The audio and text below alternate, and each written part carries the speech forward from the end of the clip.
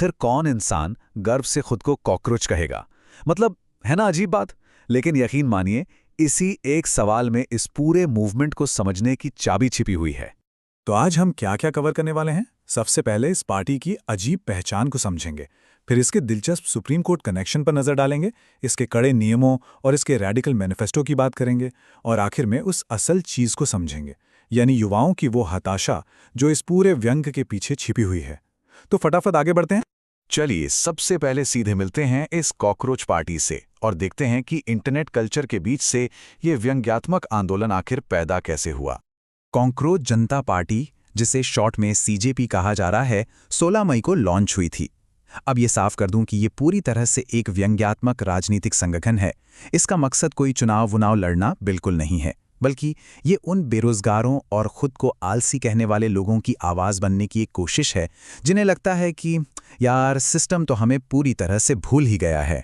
अब आते हैं इसकी सुप्रीम कोर्ट कनेक्शन पर। आप सोच रहे होंगे कि आखिर कीड़ों पर आधारित ये अजीबोगरीब नाम आया कहां से, तो चलिए ये भी देख लेते हैं।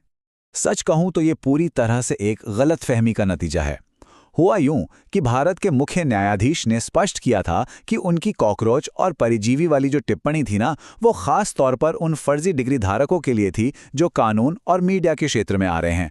लेकिन इंटरनेट पर मौजूद हताश युवाओं ने इसे कैसे लिया? उन्होंने इसे सीधे सीधे बेरोजगारों पर की गई टिप्पणी और अपना अपमान समझ लिया, और बस यहीं से चिंगारी भड़क गई।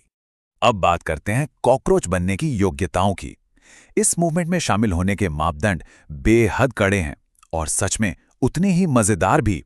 मेंबर बनने के लिए आपको 4 बेहद अजीबोगरीब योग्यताएं पूरी करनी होंगी। नंबर 1, बेरोजगार होना।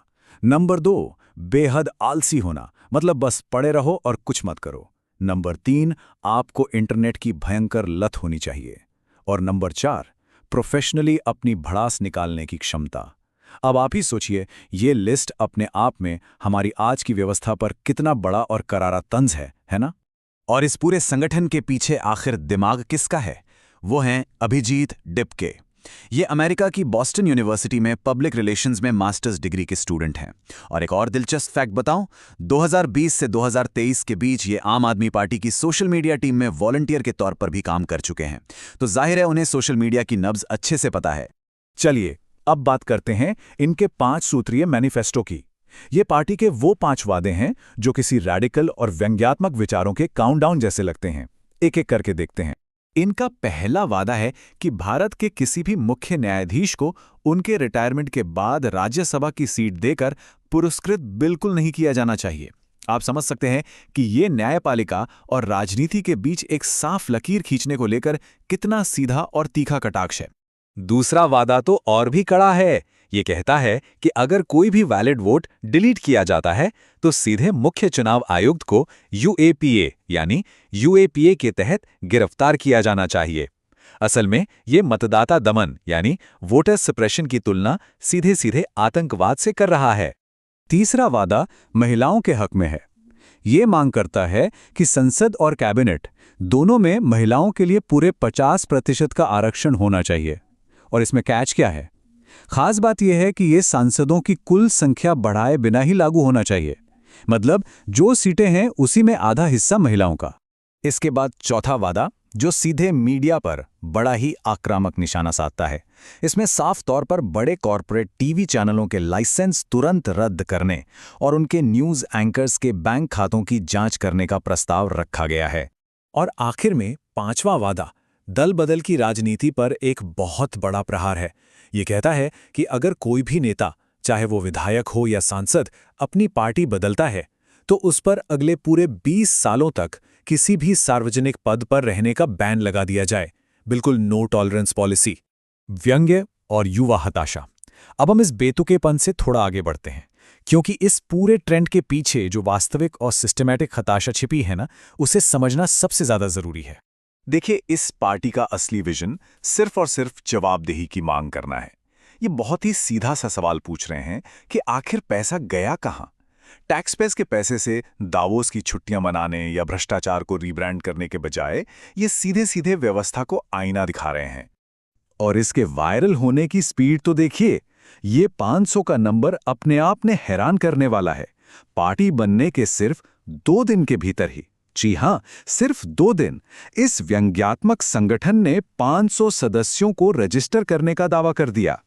फाउंडर अभिजीत डिपके का ये बयान इस पूरे आंदोलन के पीछे की भावना को बिल्कुल सटीक तरीके से समझाता है। उनका कहना है कि अगर युवाओं को सुप्रीम कोर्ट और हमारी लोकतांत्रिक संस्थाओं तक अपनी आवाज़ पहुंचाने के लिए कॉकरोच बनना ही पड़े, तो वे खुशी-खुशी इस पहचान को अपनाएंगे। अब अगर हम निष्पक्ष रूप से इनकी विचारधारा की बात करें, तो संस्थापक का स्पष्ट दावा है कि यह संगठन पूरी तरह से धर्मनिरपेक्ष, समाजवादी, लोकतांत्रिक और जाति विरोधी है। और आपको जानकर शायद ताज्जुब ना हो कि उनकी ये विचारधारा सीधे तौर पर गांधी, अंबेडकर और नेहरू के विचारों से प्रेरित है।